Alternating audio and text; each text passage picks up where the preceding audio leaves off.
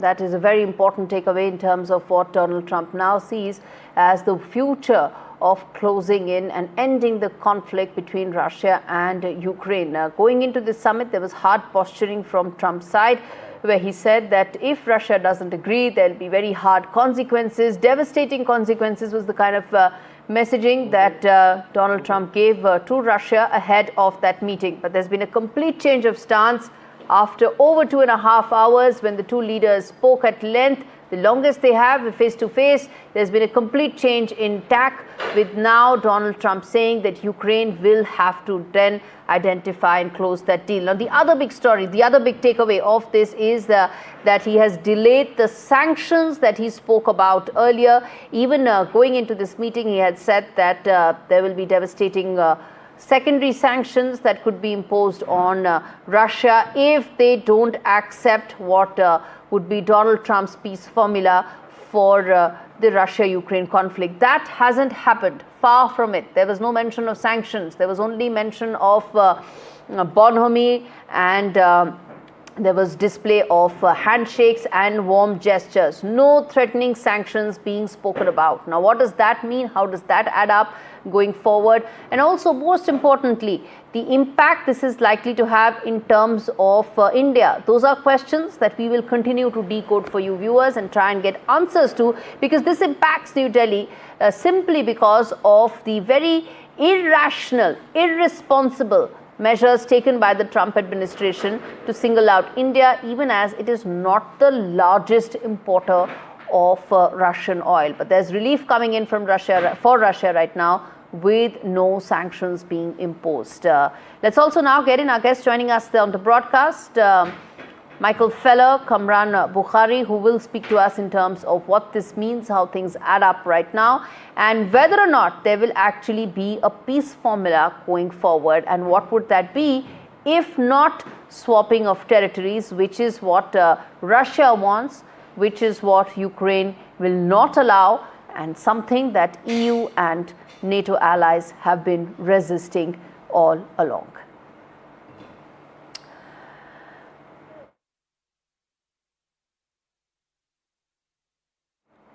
All right.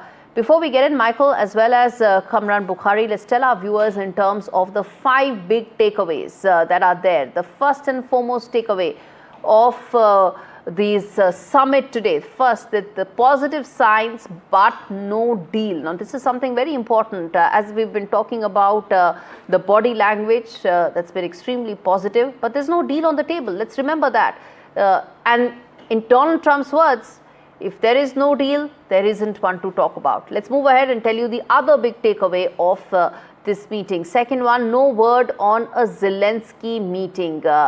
Going into the summit, Donald Trump had said that the second summit would have Zelensky as well. But that hasn't been spoken about today when the meeting ended. It only ended with the possibility of the second summit taking place in Moscow, and Zelensky is unlikely to be part of that. Now, the third key takeaway is that Putin said that Ukraine's security must be ensured. He spoke at length about also in that short briefing. He did mention a lot about Ukraine being, the brothers for Russia. There is a certain historical connection there. And in relation to that, this was an important takeaway that he mentioned. In fact, if we have, I believe we also have the RT stand-up. We also have a short walkthrough that has been done by Russia Today's correspondent Igor Piskunov to talk more about what this means, the takeaways that we are talking about here. Let's listen into what Igor had to say. We come back and talk more on this.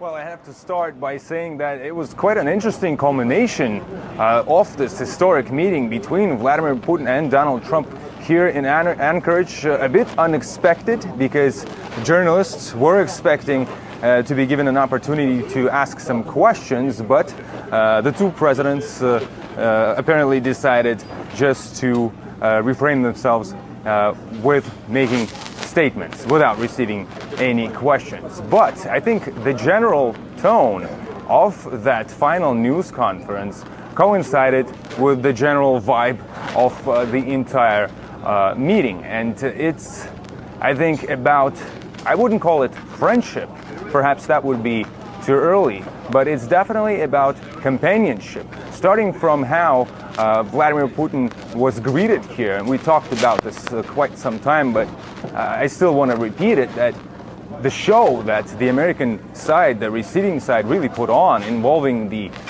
fighter jets accompanying Putin's plane, and then the simultaneous exit of both presidents from their airplanes on their airstrip, them walking towards one another, shaking hands, smiling, having a small conversation, and then suddenly and unexpectedly Donald Trump asking Vladimir Putin to get into his car and then driving him off to start that official part of the meeting. So there's a lot of unexpected events happening here, and I think in that sense the final news conference also coincided with that atmosphere.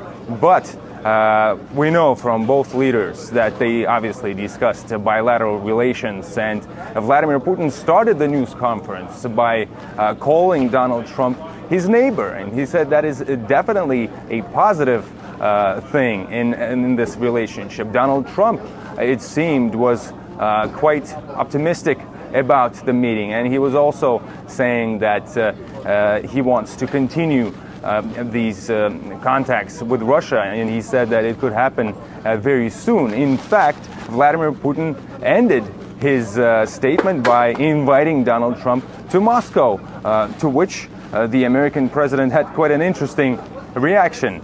He said he's probably going to get a lot of heat for that. So that was, remember, the Russia Today correspondent reporting from Anchorage. So this is a lot of Russian view as well that we wanted to put out for our viewers to understand, not the view of NDTV. Let's now get in Michael Feller, co-founder of chief strategist of geopolitical strategy, joining us on the broadcast from Melbourne. Michael, how do you read the summit? Who holds the cards is something I'm going to come to in just a bit. But your thoughts on the summit, and following that, Donald Trump's pressure tactics, where he's now asking Zelensky to say essentially that you've got to accept the deal for it to move ahead. Yeah, thanks, and good to be here again. So I see this very much as, while Trump was emphasizing that a deal hadn't been reached, the fact that he's now putting this upon Zelensky, it does sound like a deal was reached, at least between Putin and Trump. And now it seems that they're jointly offering this to Ukraine and Europe. So quite an extraordinary turn of events, in my view. I wasn't expecting them to get that far. Trump, of course, was describing this initially as a listening meeting to feel out Vladimir Putin, but it seems that in their 2.5 hours alone in a room, they seem to have prepared some kind of joint proposal for Zelensky. So yeah, we'll see in the days ahead. Mm-hmm.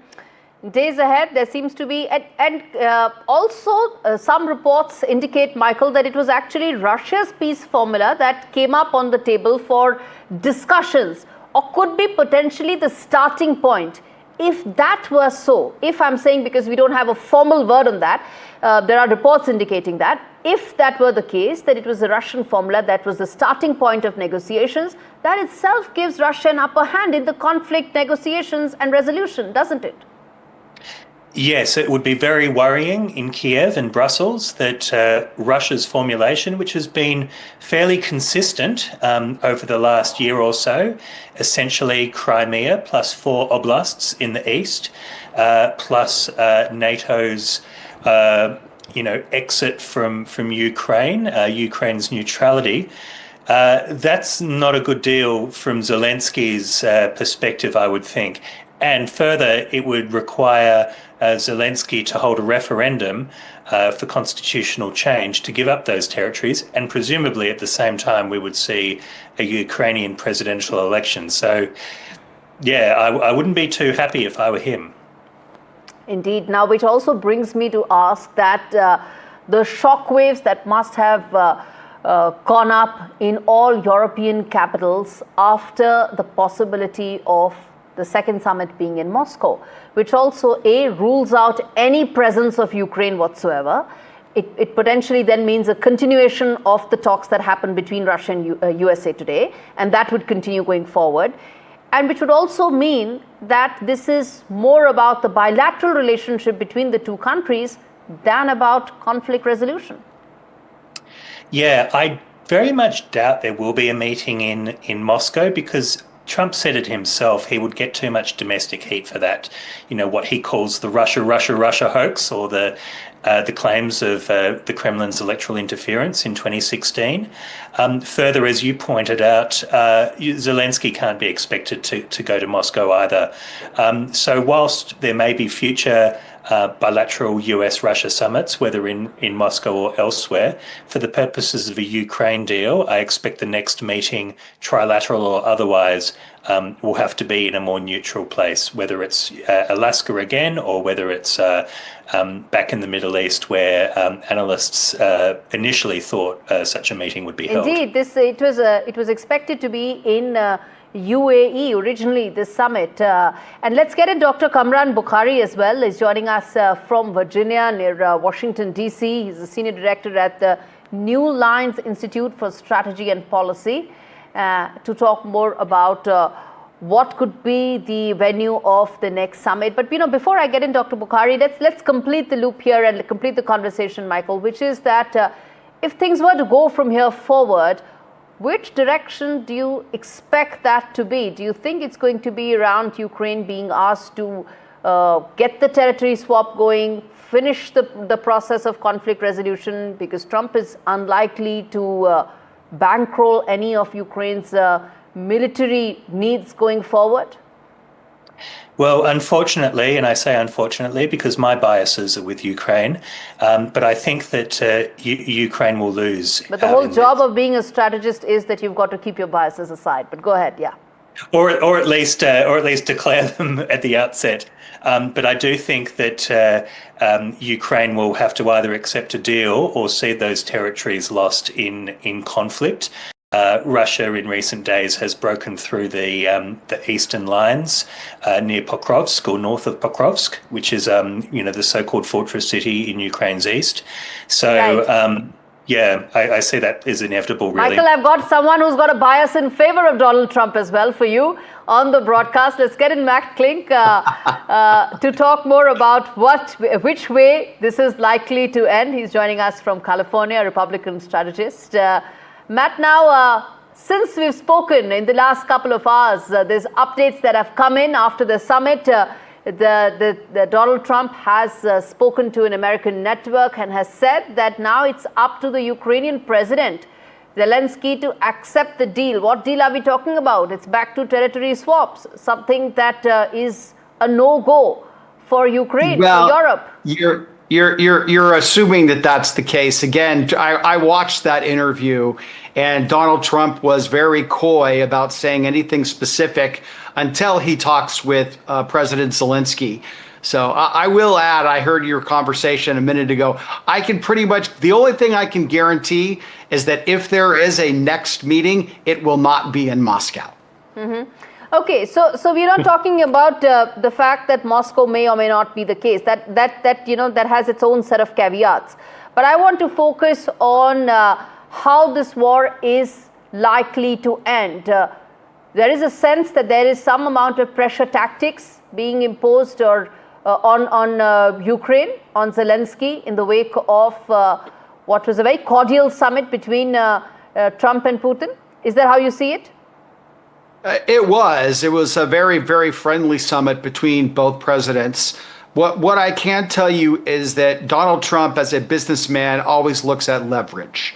And right now, America has leverage on both parties. We have leverage on Ukraine because Ukraine ultimately needs our weaponry and our money to fight this war to basically a standstill. And Trump has leverage on Putin because if he reimposes primary sanctions or imposes primary and secondary sanctions, he can do significant damage to the Russian economy. Now, what Donald Trump is hoping is that none of that has to occur, and that phase two would be a tripartite meeting between Zelensky, Trump, and Putin. And at that point, the least the two people are talking, they hate each other, at least get them in the same room. And that's how peace is made. Right. But I think your colleague is right that ultimately, if peace is not negotiated, Russia is going to continue to slowly, and the underline on the word slowly, right, erode Ukraine's capabilities. All right. Let's leave it there. Always a pleasure to have Matt Klink and Michael Feller on the broadcast to talk more about which way this is set to go from here. We don't know. The world doesn't know. Most certainly, Ukrainian President Zelensky also has no clue at this stage.